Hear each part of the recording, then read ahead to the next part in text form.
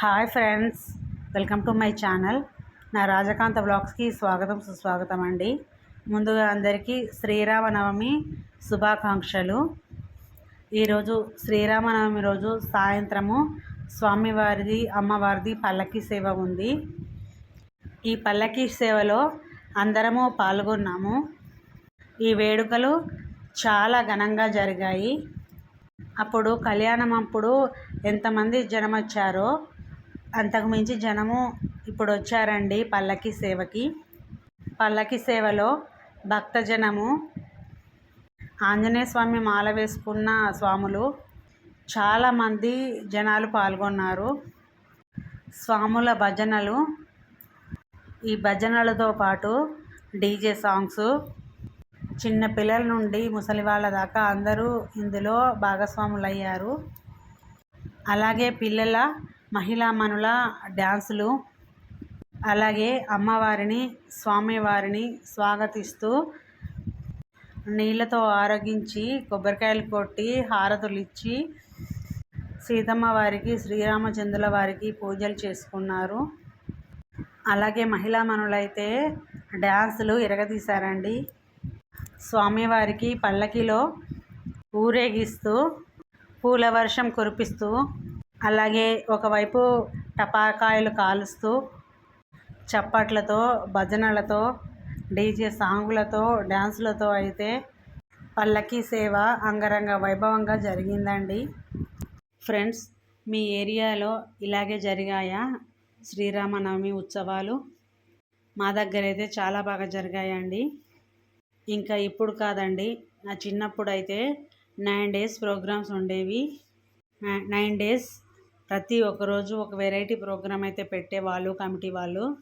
టెంపుల్లో ప్రతిరోజు ఒక్కొక్క ఏరియా నుండి ఏమైతే సంబరాలు జరుపుకుంటారో ఆ ఏరియా నుంచి ఆర్టిస్టులను తీసుకొని వచ్చి ప్రోగ్రాములు నిర్వహించేవారు. 9 రోజులు రామాయణంలోని ఘట్టాలను నాటకంగా వేసేవారు. మా నాన్నగారు కూడా నాటకంలో పాల్గొనేవారు. ఒకరోజు లంకిని వేషము, ఒకరోజు ఆంజనేయ స్వామి వేషం వేసేవారు. టెంపుల్ ఇంటికి దగ్గరే కాబట్టి నేను మా ఫ్రెండ్స్తో కలిసి ఈవినింగ్ అయ్యాక ప్రోగ్రాం స్టార్ట్ అయ్యే ముందు అందరం వెళ్ళి అక్కడ కూర్చునే వాళ్ళం.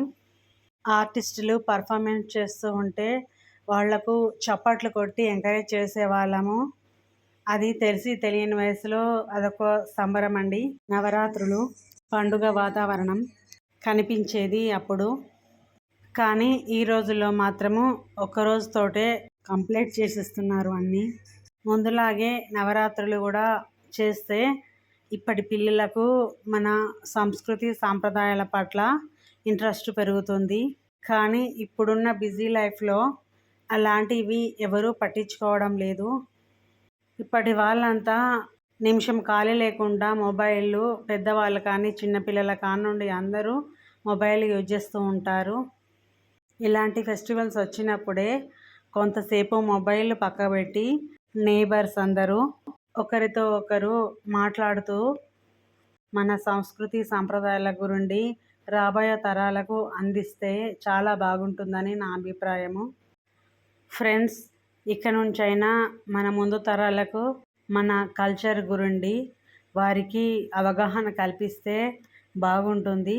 ఫ్రెండ్స్, నా సబ్స్క్రైబర్స్ అందరూ కూడా ఈ శ్రీరామనవమి చాలా సంతోషంగా జరుపుకున్నారని అనుకుంటున్నాను.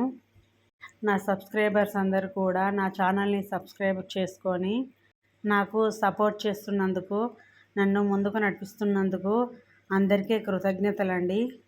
అలాగే నా సబ్స్క్రైబర్స్ అందరూ కూడా మీకున్న రిలేటివ్స్కి, ఫ్రెండ్స్కి కూడా నా ఛానల్ని షేర్ చేసి నాకు ఇలా కూడా సపోర్ట్ చేయాలని కోరుకుంటున్నాను.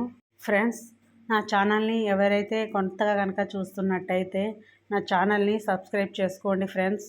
అలాగే బెల్ ఐకాన్ని కూడా యాక్టివేట్ చేయండి. నా ఛానల్లో ఉన్న నా వీడియోసు, నా షార్ట్స్ చూడండి. నచ్చితే కనుక లైక్ చేయండి. ఫ్రెండ్స్, వ్యూస్ చాలానే వస్తున్నాయి కానీ లైక్ ఎవరు కొట్టట్లేదు ఫ్రెండ్స్. కొన్ని లైక్సే వస్తున్నాయి. దయచేసి చూసిన వాళ్ళందరూ కూడా లైక్ చేయాలని నేను కోరుకుంటున్నాను. సబ్స్క్రైబ్ చేసుకున్న వాళ్ళందరూ కూడా బెల్ ఐకాన్ని యాక్టివేట్ చేయాలి ఫ్రెండ్స్. అలాగే డైలీ ఈవినింగ్ 4:30కి నేను లైవ్ పెడుతున్నాను. అందరూ నా సబ్స్క్రైబర్స్ కూడా లైవ్కి వచ్చి నన్ను సపోర్ట్ చేయాలని కోరుకుంటున్నాను. అలాగే లైక్ కూడా ఇవ్వాలి లైవ్కి. ఫ్రెండ్స్, మరొకసారి అందరికీ happy Sriramanavami. Thank you friends.